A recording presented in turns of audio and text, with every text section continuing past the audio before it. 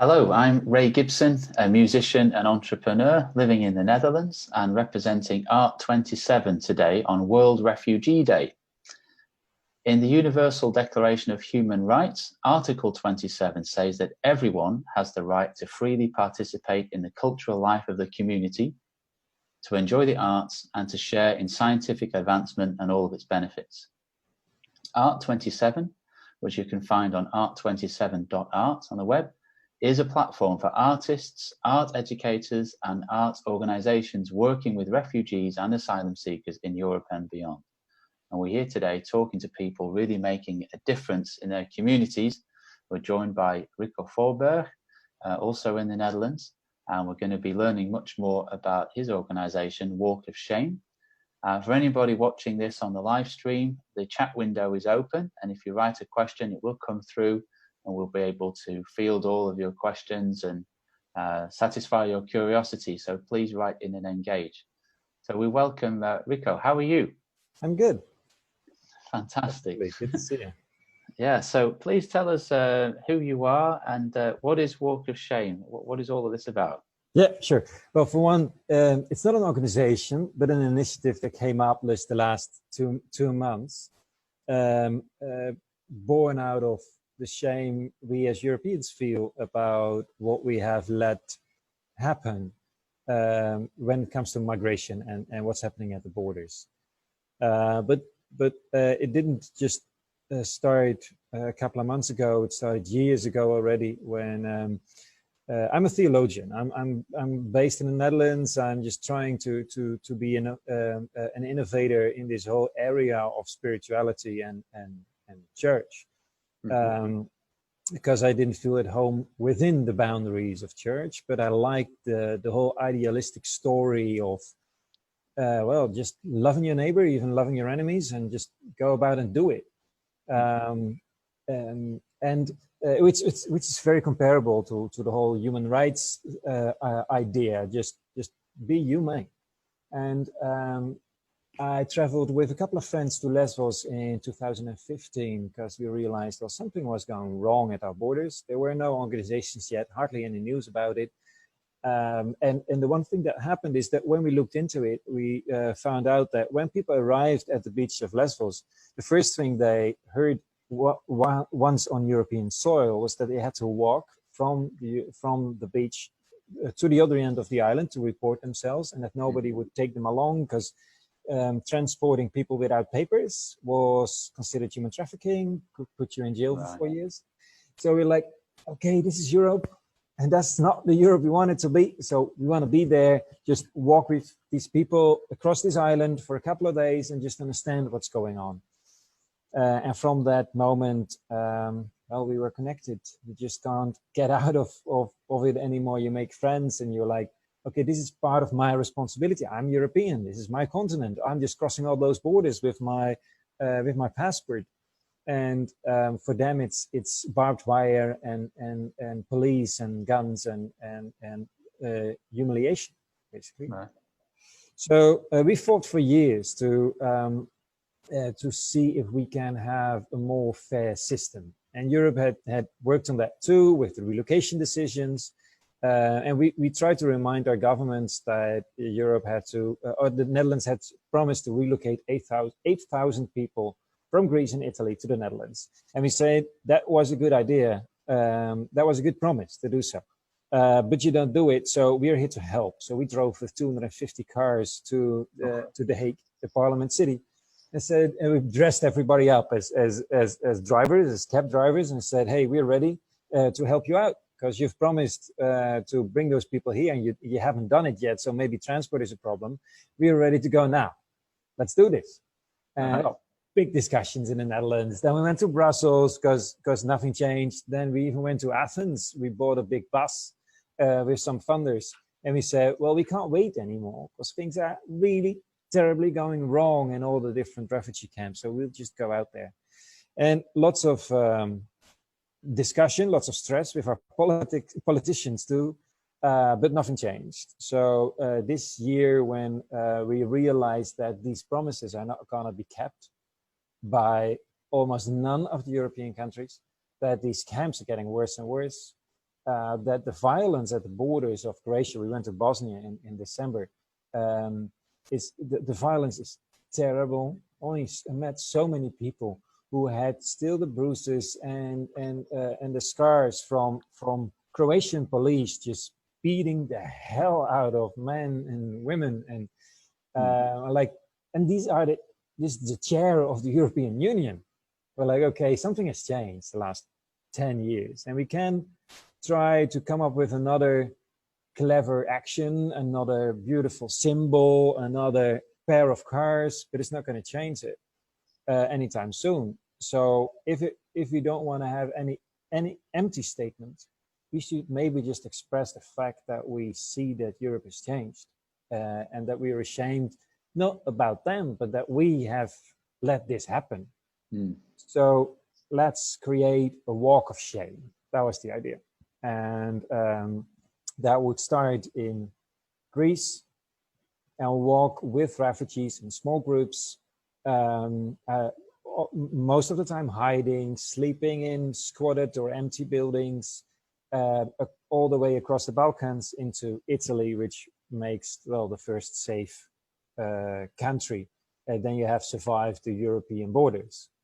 That was the plan. From 9th of April to the 9th of May, walk along, not only to express your shame about what's happened and tell it to the people who are the victims of our systems, but also to start with making like humane connections again with people, because we had experience that sitting with people around campfires, just sharing coffee and tea, and was the best way to counter the effects of European politics. Right. You can protest and that should be done, and you can hand out shoes and tents and food, and that needs to be done, but that's still not countering the biggest problem or the biggest effect of the European politics, because what everybody is saying right from the borders of Greece up until the asylum seeker centers in the Netherlands is that they felt dehumanized, and we have to counter that somehow. And the best way is just to sit with somebody and say, hey, how are you? And who are you? And this is me. And what are you doing in life? What are you hoping for? And I can't change your situation, but I can sit with you in it. And that does make a lot of change. That's what the refugees tell us over and over again. But feeling treated that way does change the world for them, at least for a moment. And it changes us too, because it brings us once again into this somehow terrible understanding that our systems are not good, not all the time. And that the people we trust in politics, well, wise, we maybe even have voted for, have created a system on our watch that has these terrible consequences.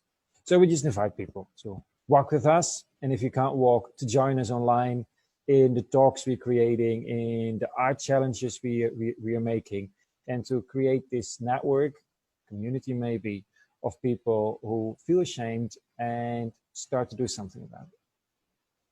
Okay. Well, thanks for sharing that. And you mentioned a date in April until May. Was that something that you had planned and you've postponed, or did it actually? Yeah. Okay.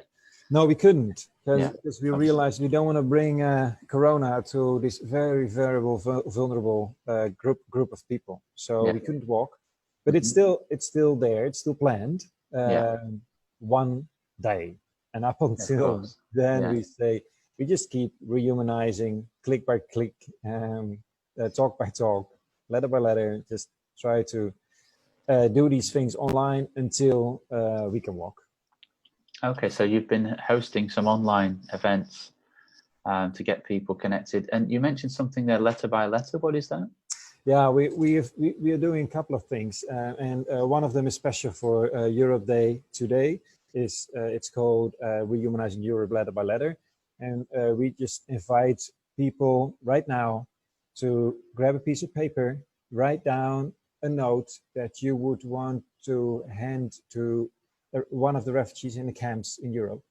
just write down that you feel, or if you feel ashamed, or you say, hey, I've seen you, or hey, hold on, the system is not everybody in Europe. We see you and we feel that it's unfair. Just the simplest things.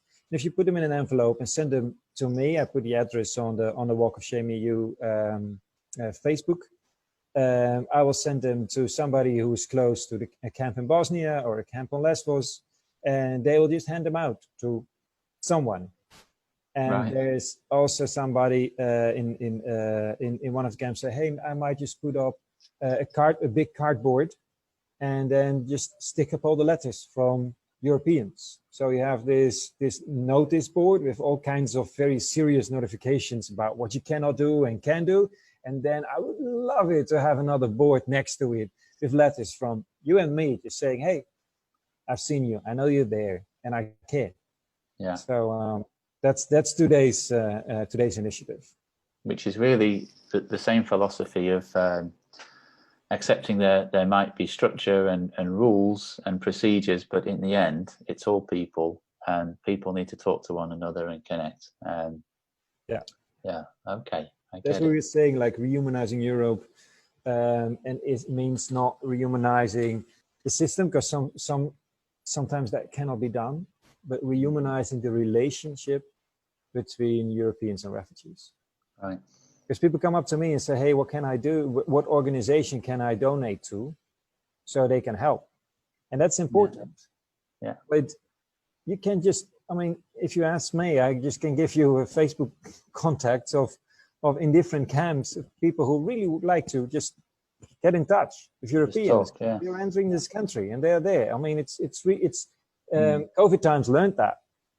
Basically, that my mother, who is living in the northern part of the Netherlands, and my friend who's living in just another city, is just as close as Adil in a camp in Bosnia, or Tawab in a camp in Lesbos, because it's all one screen away. It's there. Yeah. So, yeah, and that's good to remember all the time. No, very good. And who's working on this with you, Rikko? Yeah, it's a whole team from people from all over Europe at the moment. So we are having this team meetings on Zoom like this with people from Italy, from Poland, from Berlin, from last time there was suddenly somebody from New York, because we were talking about a podcast. It's just people from all over. Some haven't ever been into any kinds of activism. Some have been there for a very long time. Some have never met a refugee, but they feel like something's wrong. Another ones have a very long network. So we just invite everybody to join in whatever way they want. And one of them that might be interesting for R27 is my wife, she's an artist, and she says, I like the fact that you're out there walking with people and getting into those camps and just writing stuff, but that's just not my language. I like to make art. And I know that the way of making art touches my heart, and it also brings across the message in a different way.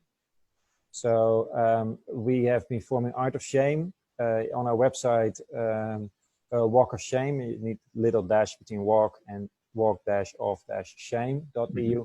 You'll find also the Wall of Shame, which has all kinds of results from artists that have worked on the issues of migration. Mainly visual arts, but there's some other projects too. And what we do with the Art of Shame team just makes a challenge every week or every 2 weeks, and just challenges artists to create some art on 3 different topics, and then we put it on the wall and get this message about what's happening at our borders across in a different way. So that's a challenge. And can people maybe draw a picture as well as write a letter? Would that get to people and letter by letter as well? For sure. I mean, we're just trying to get a wide range of possibilities. So please write that letter and engage in our art, which also could be music and any art form. How are you collecting feedback at the moment? Are you getting some sense of impact in the last couple of months? How are you finding out what's really going on? Well, what happens is that the refugees we're in touch with, they all get this network of people. They feel like they're in touch with lots of Europeans who really care, and that was new. There's one kid, he's 17, from Kashmir, and he said, "Well, I knew just before Walk of Shame happened about 2 Europeans I've been in touch with, and they were very important for him. And now he has these contacts all over Europe." And he's talking about what he's doing, and he's just getting friends, and that's happening with quite a few others as well. So that's one of the parts of the impact, and the other one is that Europeans who never really knew about it find a way to not only get the knowledge but also interact, just do something with that knowledge. It's quite hard to read all the news and not do anything with it. Yeah. Normally you just read that and then you think, okay, what can I do? I don't know, just go over and do something else. But within our network, people get the possibility to, well, just like the Facebook page and get different kinds of news from actual people in the camps, join our meetings, join our talks. We're organizing try to do it every Sunday, a talk on Zoom like this with some of the guys in the camps. And there's in half an hour a talk with Refugee Collective.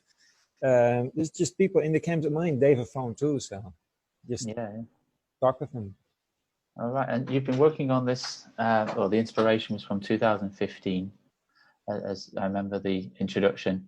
How has this affected you personally, as you've seen this develop and you've been in contact with more people? There's a few things that's happening. On the one hand, it's very frustrating because it doesn't seem to change. On the other hand, it feels like your eyes are open, so you're a bit more adult about what's really happening in the world, and that's only that's a good thing, just to know more about what the reality of Europe is. And I got this very, very inspiring people from all over the world, from war situations, that just explain how they do life. And that's been very, very inspiring to me. And this one guy, I told him, please, what do I do about this COVID situation? I just don't have an idea what the next week will be. And we just don't know anything about the future anymore. He said, but that has never been different. It's always been that way. You just were living in this bubble that you thought you knew something. But I've been out there for 6 years now. I realize that we don't know anything. We just have to live in this moment, love in this moment, and make our choices. So it's been also a great gift to learn from people who have gone through life in such difficult circumstances and see them love. I've become less fearful about terrible things that can happen in my own life, because I've seen them happen and seen these people live through it and become even more beautiful people by it. Yeah. Okay, that's touching. And one last thing is that I realized that it's so that there are so many people out there who are frustrated about the injustices that are happening. We just need some forms to connect ourselves around these topics and create something beautiful out of it, whether it's driving with cars to The Hague or writing letters. Just these simple things just get these good frustration about injustice, turns them into something beautiful, connects you to people, and just enriches life. Yeah, and it's important to act, however small that act might be, it multiplies. It's important. Yeah. Okay. So people can find you at walk-of-shame.eu. Yeah. Okay. And there's a wall of shame there as well. They can post materials. True. Maybe the easiest is to go to facebook.com/walkofshameu. Because then you just find everything and also the link to the website. Well, that's been wonderful to learn more about this, and I hope that all of your online activities become more in-person activities towards the end of the year, as everything opens up again. And thanks for everything that you're doing. Thank you for being in this together. All right. Take care, Rikko. Thank you. Thank you.